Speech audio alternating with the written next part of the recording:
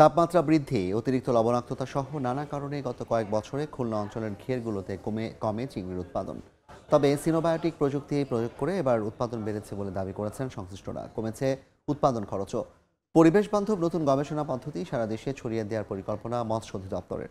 নিয়ামুল হোসেন কোচির তোলা ছবিতে আবদুল্লাহ আল মামুন রুবেলের রিপোর্ট।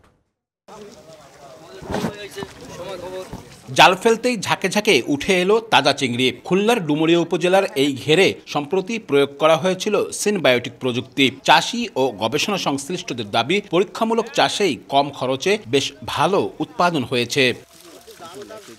জলবায়ু পরিবর্তন, রোগমুক্ত পোনার স্বল্পতা সহ নানা কারণে গত 5 বছরে খুলনা অঞ্চলে চিংড়ি উৎপাদন ক্রমশ কমে যায়। খাবারের মূল্য বৃদ্ধিতে উৎপাদন খরচও বাড়ে। এ অবস্থায় খরচ কমিয়ে উৎপাদনের লক্ষ্যে sustainable coastal and marine fisheries প্রকল্পের আওতায় ঘেরটিতে সিনবায়োটিক প্রযুক্তি প্রয়োগ করে জাহাঙ্গীরনগর বিশ্ববিদ্যালয়ের একটি গবেষক দল। প্রকল্পে ঋণ সহায়তা দেয় বিশ্বব্যাংক। সিনবায়োটিক নামে নতুন এই প্রযুক্তির প্রথমবারের মতো পরীক্ষামূলক প্রয়োগ করা হলো খুলনার ডুমুরিয়া উপজেলার এই চিংড়ি ঘেরটিতে।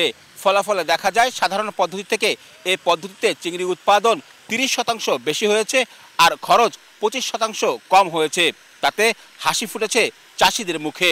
এ পদ্ধতিতে আগ্রহ বাড়ছে তাদের। গবেষণা সংশ্লিষ্টদের দাবি, পরিবেশ বান্ধব এ প্রযুক্তিতে চিংড়ির ঘেরের ক্ষতিকর জীবাণু মারা যায়, পানির গুণগত মান বজায় থাকে এবং উৎপাদনও বাড়ে। সিনবায়োটিকটা হলো প্রিবায়োটিক এবং প্রোবায়োটিকের মিশ্রণ।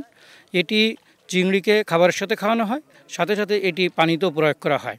এটি প্রয়োগ করার ফলে চিংড়ির যে প্যাথোজেনিক যে ব্যাকটেরিয়া যারা রোগ সৃষ্টি করে, এই ব্যাকটেরিয়াগুলো এখানে দমন হয়, এর যে গাট উন্নত হয়। যেহেতু এখান থেকে একটি আশাপ্রদ আমরা ফলাফল পেয়েছি, আমাদের মৎস্য অধিদপ্তরের এখন যে কাজটি হবে সেটি হচ্ছে এই প্রযুক্তিটা সম্প্রসারণের জন্য আমাদের কার্যকরী পদক্ষেপ আমরা গ্রহণ করব। প্রথম পর্যায়ে পরীক্ষামূলকভাবে খুলনা ও বাগেরহাটে সেমি ইন্টেন্সিভ ও ক্লাস্টার পদ্ধতিতে 18টি ঘেরে প্রযুক্তির প্রয়োগ করা হয়েছে।